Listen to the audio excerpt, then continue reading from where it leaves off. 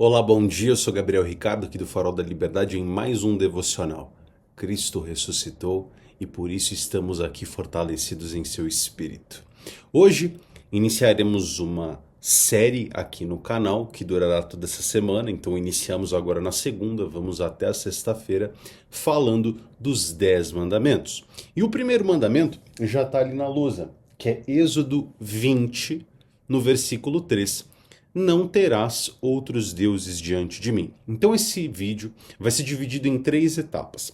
A primeira etapa vai explicar a diferença da lei mosaica enquanto ela surgiu versus as leis que eram praticadas por outros povos, tanto ali da região ou de outros lugares.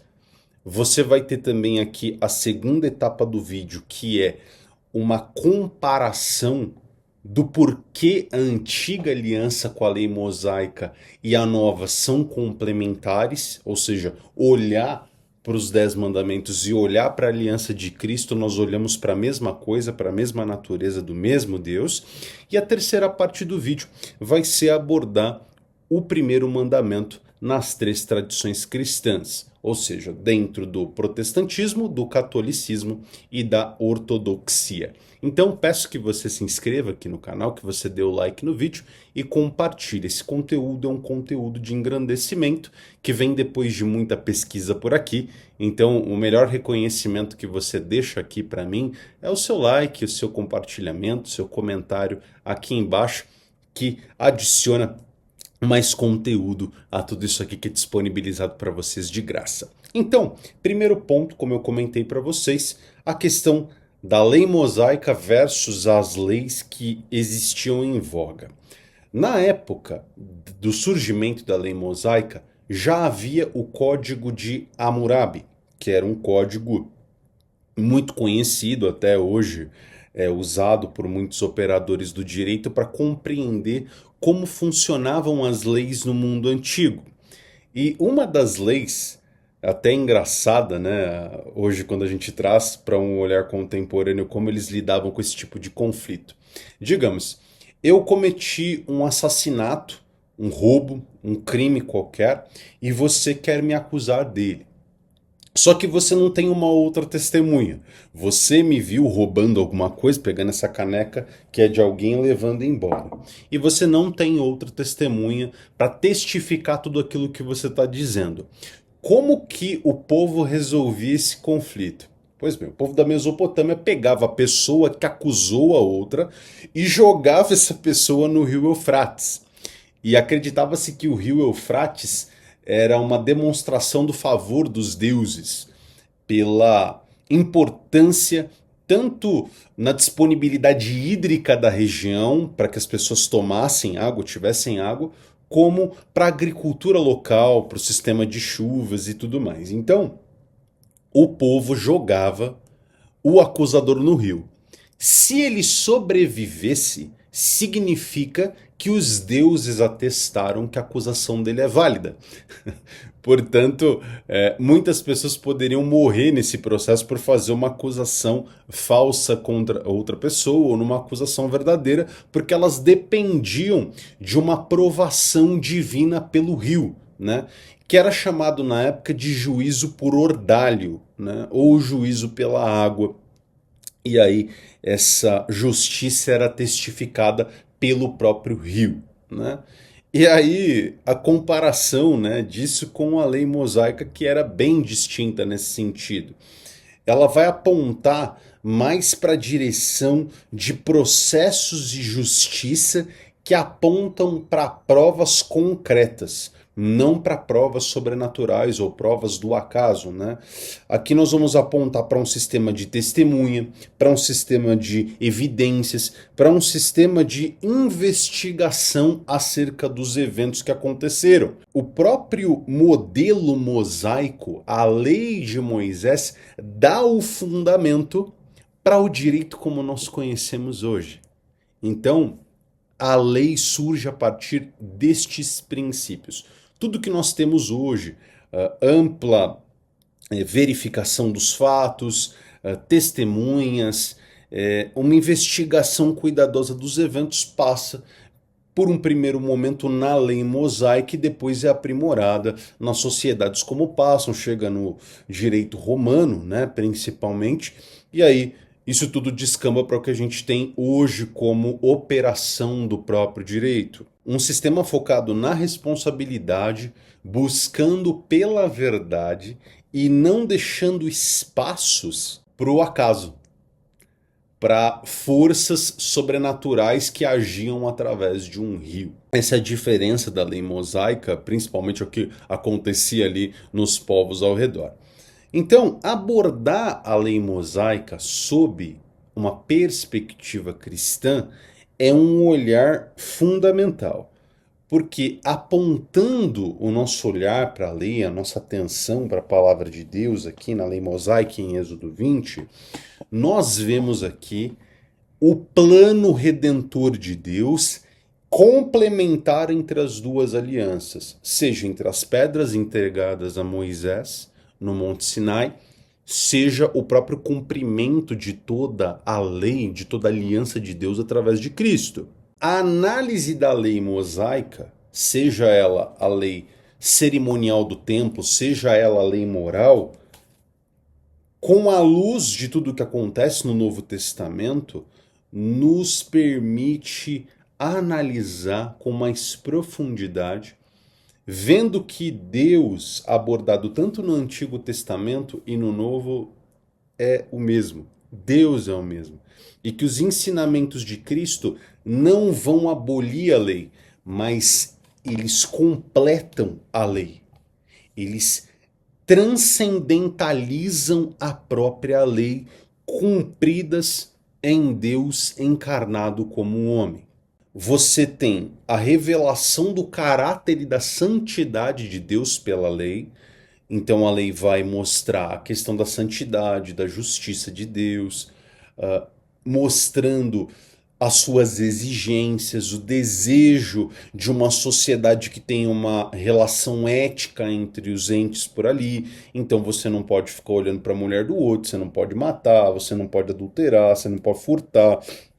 Respeita seus pais, inclusive na velhice, não abandone velhos, como era ali rotina entre povos do passado, que muitas vezes olhavam para idosos que já não poderiam mais trabalhar ou fazer alguma coisa, eles eram abandonados em florestas. Aqui, na lei mosaica, você já tem no 5º mandamento: honra teu pai e tua mãe, a fim de que tenhas vida longa na terra, que o Senhor, o teu Deus, te dá.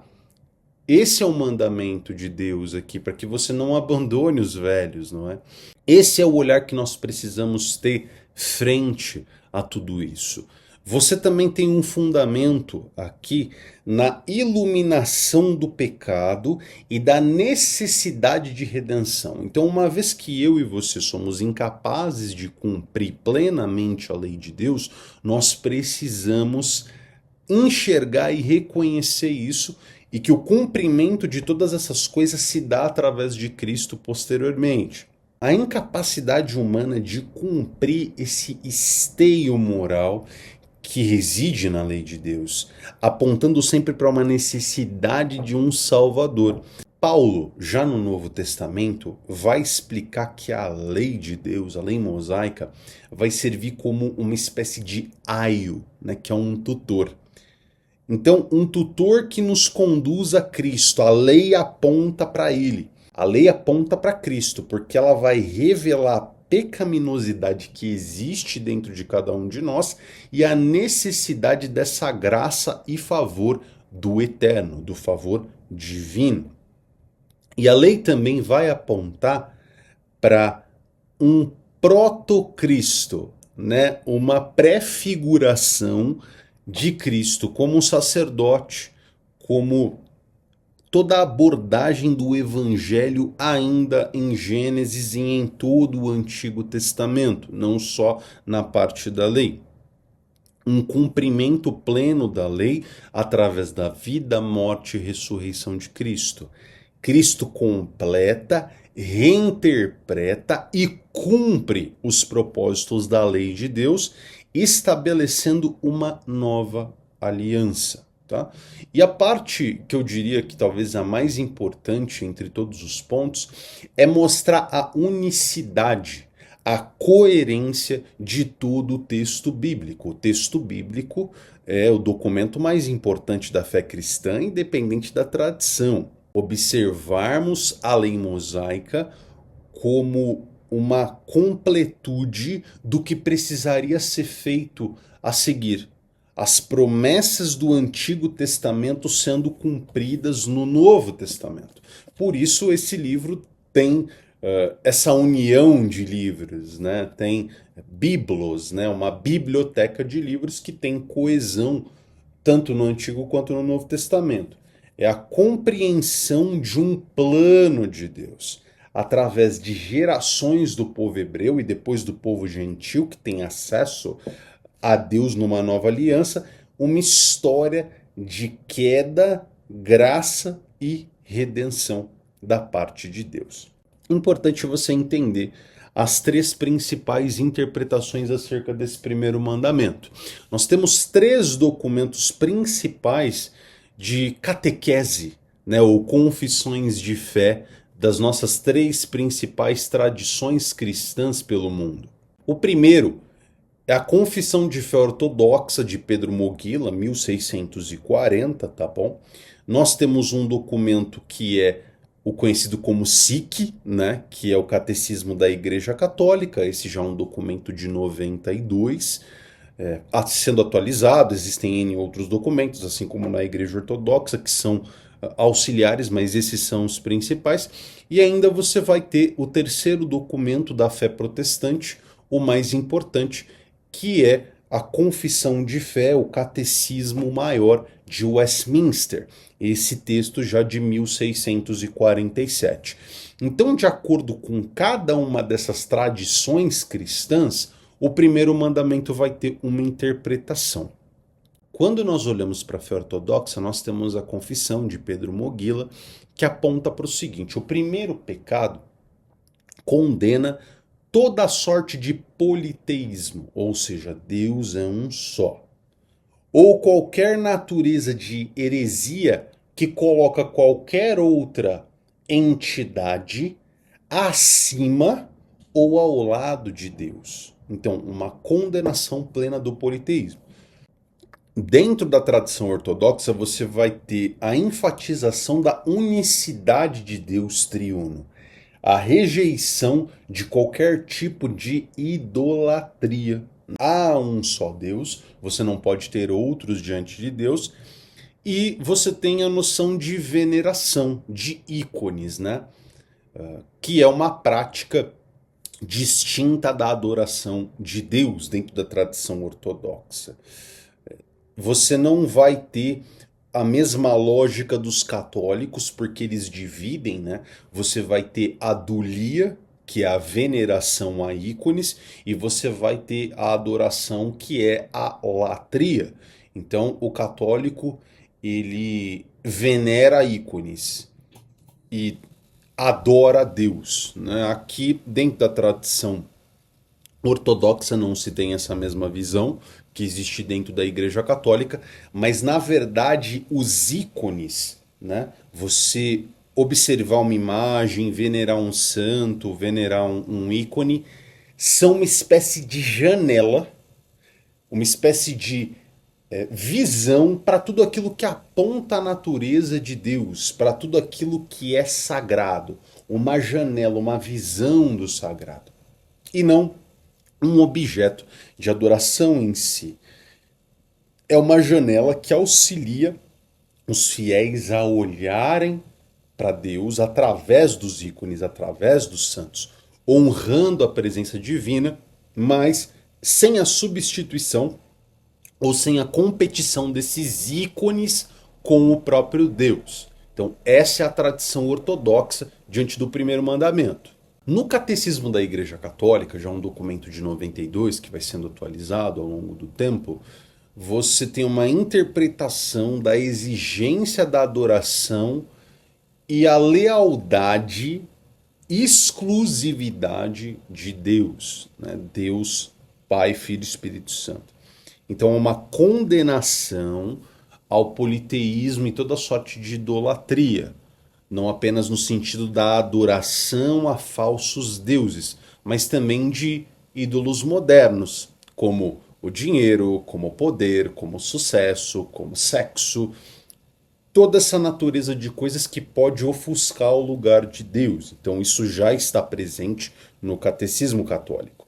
Então, você tem a idolatria sendo considerada como qualquer coisa que ofusque o lugar de Deus ou que retire Deus do centro da vida das pessoas e coloque esse item, esse ícone, não é? Então, a Igreja Católica tem uma distinção, como eu mencionei anteriormente, da dulia, uma veneração contra a latria, que seria a verdadeira adoração. Então você pode venerar santos, pode venerar ícones, no entanto, a adoração é reservada somente a Deus. Isso é o que os católicos acreditam. E ainda você vai ter a última tradição, que é a tradição reformada. Aqui é o Catecismo Maior de Westminster, você pode ter aí acesso na sua casa depois. É um livro de diretrizes gerais da fé cristã de matriz reformada, que vai enfatizar a exclusividade da adoração a Deus, de maneira que você tem uma plena rejeição não apenas do politeísmo, ou seja, de muitos deuses, mas qualquer prática que desvia a devoção ou adoração ou exclusividade de Deus. Isso também vai apontar, dentro da tradição protestante, para qualquer nível de adoração a imagens, representações físicas de tudo aquilo que apontaria para o divino. Uma posição que segue na direção contra qualquer ícone, contra qualquer estátua, contra qualquer imagem impressa. Então, nós, dentro da tradição reformada, consideramos que esse tipo de coisas são idolatrias, tá? Eu, obviamente, entendo, né, que os católicos tenham a visão que têm, que os ortodoxos tenham a visão que têm. No entanto, essa é a visão nossa aqui do ponto de vista do protestantismo. Por isso que nós temos, às vezes, esses arranca-rabos, né, de cosmovisão, né? Ou seja, você não pode adorar imagens porque elas podem ofuscar a adoração a Deus. Isso é o que os protestantes acreditam. Então, você tem uma proibição de qualquer prática religiosa, de veneração de santos, de anjos ou qualquer outra criatura, né? Deus, o Criador, deve ser o único adorado. Não terão outros deuses diante de mim, é interpretado dessa maneira. Nós consideramos essas práticas como violações ao primeiro mandamento. Você também tem um olhar para a exclusividade do culto, apontando o tempo inteiro para o Deus triuno, Espírito Santo, Pai e o Filho encarnado. Qualquer prática religiosa que não explicitamente esteja ordenada por Deus aqui nas Escrituras é rejeitado, né? É o princípio regulador do culto e de toda a liturgia que envolve a atividade de culto dos protestantes. Então, tudo aquilo que não está aqui na Bíblia acaba sendo rejeitado. Um dos pontos, né, das 5 pontos da ideia de reforma cristã para Lutero é sola scriptura. Então você tem a noção de apenas a Bíblia como um regulador da fé cristã. Então essa é a visão do protestantismo, essa é a visão da Igreja Católica e essa também é a visão da fé ortodoxa. Então qual o principal objetivo de abordarmos aqui o primeiro mandamento? Nós vamos abordar todos os outros, ainda faltam 9 adiante, mas que você, a partir do olhar para a lei mosaica, consiga compreender o tamanho do sacrifício de Cristo. Então, esteja conosco nessa semana, é uma semana de aprofundamento teológico, um olhar para 3 tradições religiosas dentro do cristianismo, onde nós compreendemos melhor como essas fés se manifestam pelo mundo inteiro e como nós podemos ser excelentes diante dos preceitos da fé que respeitamos, porque acreditamos no que acreditamos e porque podemos levar essa mensagem adiante e mostrarmos a luz de Cristo e do Espírito Santo que habita em cada um de nós. Que você seja abençoado por essa mensagem, compartilhe com alguém, caso você ache que essa mensagem é bacana para isso, e nós nos vemos por aí quando chegarmos ali no 2º mandamento. Um grande abraço e até lá.